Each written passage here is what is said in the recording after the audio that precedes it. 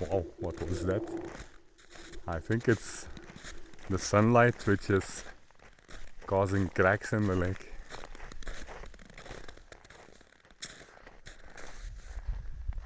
Frozen Masar Tal lake, beautiful pattern on the ice. Small mandir there. Still blue sky end of December and fully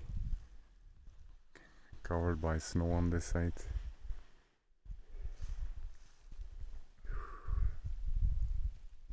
Freezing place at 3000 meter altitude.